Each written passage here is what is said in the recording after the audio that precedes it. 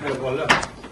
Shu joyi kelgungacha hammamiz gapirdik, vatan uchun dedik, ota-onamiz uchun, o'zimiz uchun, tarix uchun, O'zbekiston uchun dedik. Hamma narsa gapirib bo'lindi. Bu o'yinda menimcha gapsiz bugun hamma narsaga nuqta qo'yadigan kunimiz.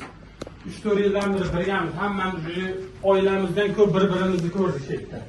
Davay, oilaligimizni bugun ham ko'rsataylik. O'zbekistonda necha million aholi bizdan kutib o'tirib, 90 ming tugagandan keyin biz menimcha boshimizni yerga qaratib o'tirishimiz. Bizlar O'zbekistondagi hamma o'zbeklar bugun bayram bo'lishi kerak. Bugun bu qonun kun bo'lib qoladi biz uchun.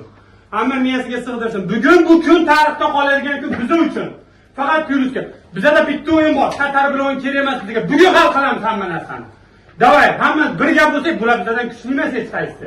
Olsin Braziliyadan, Portugaliyadan, boshqa joydan hammasi grajdan olsin. Lekin bugun kim bizga qat'iy nazar oldimizda tursa, Liboyni bugun hal qilishimiz kerak. Davay, bolalar bugun hamma bugun bizlar bilan birga O'zbekiston hamma duo qilib o'tiribdi. Makkadan hamma joydan ota-onalarimiz duo qilib o'tiribdi. Xudo xolasa hamma narsa yaxshi bo'ladi. Cho'chimasdan 100% beraylik o'zimizdan samaddachi, qolgani Allohdan. Davay bolalar. Tarix bilasizlar, bizni bobolarimiz kimlar bo'lgan. Hech qachon esdan chiqarmasin mana. Kim bo'lish qat'iy nazar hozir qarshilar. Sizlar o'zbeksizlar bolalar. G'urur bilan maydonga chiqib kurashinglar. Shunlarmi? Tarixni bugun yarataylik. Va omad bo'lsin. Bir, ikki, uch,